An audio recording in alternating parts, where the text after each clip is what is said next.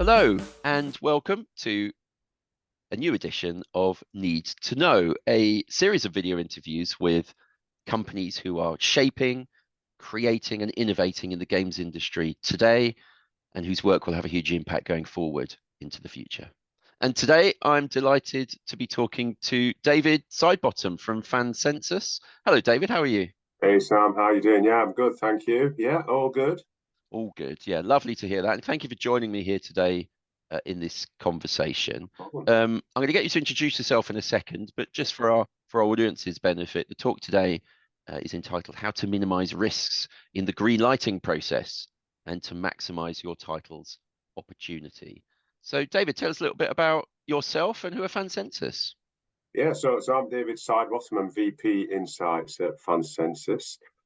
So you may or may not be familiar with Fancensus. We're a data and analytics company focused purely on the gaming space, and we effectively support publishers and developers in particular in looking at their insights, data, analytics, providing with all this good stuff on communication, so PR and social, but also commercial data.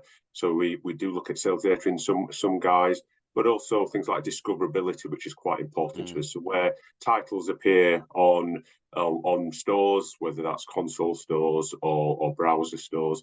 So yeah, we sort of bring all this data together. We've got our own bespoke analytics platform, so almost like a visualization tool called Fusion.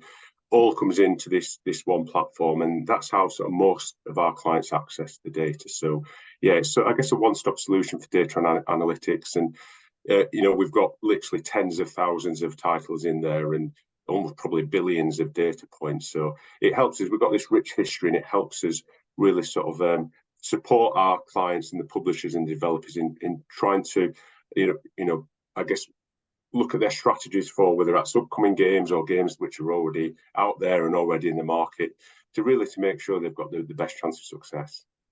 That's amazing. Yeah, I've seen Fusion. There's an amazing amount of data points in there. I guess one of the challenges is trying to, we'll probably get onto that later, sort of interpreting data, which is fascinating. And yeah, in such a competitive market these days, it's important to have all of that information at your disposal. So amazing work. Let's get on with our conversation then. So, I mean, you've worked with a whole raft of indie and mid-tier developers and publishers over the years, and certainly in recent months.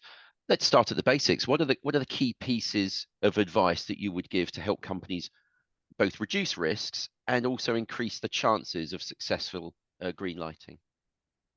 Yeah, let's start at the top really with the big Mm, juicy stuff. I guess first and foremost, if you're a developer, you're working on a game, obviously you'll be completely immersed in it. You'll be your passion. You're going to know that game inside out. So I think the key thing is almost to take yourself out of that bubble, perhaps, and look at the game in the wider context. You're probably already going to know, where it fits in the market. What other similar titles are out there. You're going to be drawing inspiration from that, or you're just maybe aware of already some of the pitfalls you've seen. You're going to know your sort of your competitor titles. But I think looking beyond that and having I guess an idea of like, well, how commercially successful could this be? Have you got a sales figure in mind of where you think it might hit? Are you the market it's in? It could be say a horror game, for example. Is there a gap in the market there? Or is it dominated by AAAs, or is there an opportunity for a quality sort of indie title in that genre? So for horror, for example, we've seen sort of I guess a fewer releases in recent years, plus perhaps the last few years, particularly right. for indie titles. So that could indicate that there is room for a stronger title. Likewise, we've got maybe some legacy titles which still sort of hanging around and still being played. So I guess knowing the overall sort of size of the subgenre for one, and then just arming yourself with more data. The more data you have, the more insights you have to really demonstrate the game in the wider context. Not it may be a brilliant game, but you've got to sell that and say really try and prove how that could relate to being commercially successful. That's amazing. I did ask you a very big picture question then, and Yeah. and that's great. So thank you for that sort of top line stuff. But let's see if we can dive in a little bit more with some details, if that's all right. So any sort of specific areas that you think companies should be focusing on or honing in on there? Yeah, it's a good question. I think there's one area what's come up, when working with our clients in the last year or so is, most titles are released globally. Yeah. The games market is global. Whilst you might have specific, I guess, physical product retailers, generally speaking, we're largely in a digital world now, and all titles typically get released in all countries. Mm. But that doesn't mean that you should just be catering to that broader global audience. And I think sometimes localization of titles or marketing strategy or commercial strategies is often overlooked. So I think localization should be a key consideration. It's often quite convenient to place little to no emphasis on a local sales strategy, particularly maybe if you haven't got a major marketing budget. But I think a localized strategy in terms both pre and post development and launch can help widen the reach, and it can also release the relevance of your title in particular countries. So whether you're targeting local press, influencers, or using titles performance or review scores to benchmark titles or specific subgenres within that country, I think it's always useful to see is there anything more you can do to boost your chances of success. So this could well be something like you've got specific influences in Brazil which are important for this particular genre or this particular type game or this particular competitor which you're benchmarking your title against. So I think thinking on a localized basis can really help increase effectiveness of your campaigns.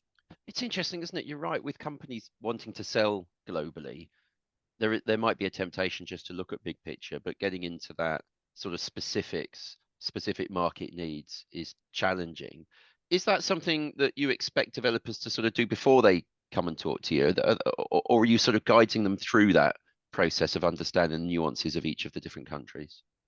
Well, a bit of both. I think you'll often a lot of the developers, and it might even be the publishers as well, who sort of looking at it from the other way around, maybe already have an idea of where their title may be strong. So maybe looking for validation on that.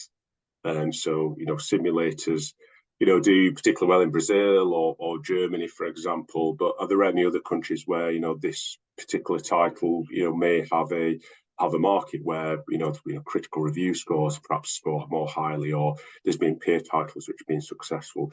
So I think often you will already have an idea, but it may be that there's a few curveballs in there. So some of the work we've been doing lately has shown that some of the Latin American countries for particular genre, simulators, for example, do really well in Latin America, but less so in France. So I think having that just, I guess, reassurance sometimes just can give you that little bit of extra confidence, and perhaps decide where you may need to shift your, I guess, pre-launch marketing budget, as well as maybe making some changes to the actual in-game features or in-game stylistics. So you could maybe make references to I don't know, local features, local landscapes, etc. I guess the big one really is thinking about, is it worth is investing in additional language versions, especially audio, as well as sort of the menus and in-game text. You'll have your standard languages, but there may be particular countries where you want to, you may see that benefit and return on investment by putting an extra language in there, or having audio or subtitles in, say, Portuguese or simplified Chinese, for example. That's fascinating, and something that I think is a little bit overlooked. And even sometimes within countries, there are areas where certain titles are going to do better than others. There's a fairly famous case of a large publisher who realized that certain cities were more interested in an American sports game that they'd released, which is fascinating. You don't always think of it on that local level. So that's amazing advice and guidance. And while we're talking about reaching consumers, I mean, this video is going to be, this interview is available on YouTube. What's the, how relevant is YouTube still to greenlighting and getting your video game exposure rates, reaching consumers? Yeah, I think YouTube still is key, and it's probably, I guess, the the simplest really, where you could perhaps target a real specific cohort.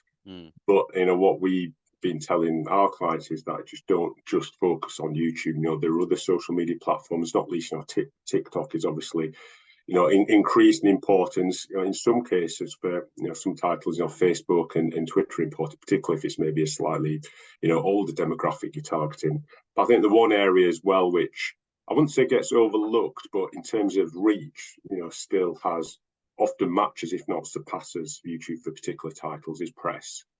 So having that good press network and developing those relationships, and I mentioned previously the localization aspect as well, boosting that press reach by developing those relationships with maybe some local outlets is perhaps key. But yeah, YouTube I think is definitely significant. You've got a number of many channels with millions upon millions of subscribers, so you can extend your reach pretty efficiently. But at the same time, it may be you've got very specific focused influencers which maybe only have, say, 50, 100,000 or less subscribers, but they may actually be really important for your game. So the engagement perhaps amongst those influencers is more important. So it's not just about reach, it's looking at that engagement within those YouTube influencers too. So it's having the mix really. So you've got your real specific audience, and then you've got your broader, I guess, your secondary, tertiary audience, which could make the difference between your title being a success or actually not hitting target. Fabulous. Yeah, that's great advice. In fact, there's been some brilliant advice and guidance so far. I'm sorry to lower the tone a little bit, but can we look at some of the pitfalls? What are the things that have perhaps gone wrong? So, or perhaps common mistakes people make. Let's stick with that. So, some common pitfalls that you've seen sometimes in projects when they're at the greenlighting stage of their development. Yeah, I mean, I think first and foremost, we've here at Fancensus, we've got like I say, almost billions of data points. It's all historical. Everything, even what's been pulled in this morning, is historical. So it won't predict the future, but it does help, provide guidance and confidence and reassurance, and it really can help on advising you, where you should be, developing your strategy, or how you should be allocating your budget, or which retailers you should be targeting. So whilst it's never going to be perfect, it really is. It's hugely important. We feel to helping develop your strategy moving forward. However, I think probably the major pitfall is perhaps being over optimistic. I mentioned right up front, if you're a developer, you're going to be hugely passionate about your game. It's your baby. You're going to sell it as much as you can. But I think sometimes being realistic is also important. It's important not to go in with rose-tinted glasses on. If you're talking about perhaps a commercial scenario, perhaps also talking some of the pitfalls, having a low scenario on hand, and what are your assumptions behind that low scenario. So I think having that balance really. Great to have a stretch target. I think, when we do our forecasting analysis, we always provide 3 scenarios and one with a stretch target where we'll be using sort of comp titles which, have been, pretty successful, which your title, you want your title to aspire to be like those titles in terms of success. So it's great to have a stretch target, but on the other hand, always have a sort of a low case scenario as well, just to prove that you're not just thinking with rose-tinted glasses, because publishers or other investors will often see through that. Amazing, thank you for that. Now, Fancensus are a bit of a curveball question here. Sorry about this, but Fancensus, you're always innovating. You're always doing new things. You might not want to reveal them now, but what are you working on at the moment? I've seen lots of work around sort of looking at video content and seeing the impact of that. Some amazing stuff that you do. What's the pipeline? What's next for Fancensus, if you're allowed to say what it is? Yeah. So, I mean, one of the key areas we've been looking at in the last couple of years in developing is discoverability. So on-store discoverability, whether that's browser and console, that's something we are continuing to invest in and improve, and that's going pretty well for us. We're really happy with the platform we've got there and the data which we're pulling in and interpreting. So that's gone really well. I think on sort of the flip side of it as well, and everything we talked about today, sort of bringing all that data together into one sort of, and looking at specific titles, success, Greenlighting in particular, is something which since I've been here about 18 months now. So since I've been here, that's something we've been developing as well.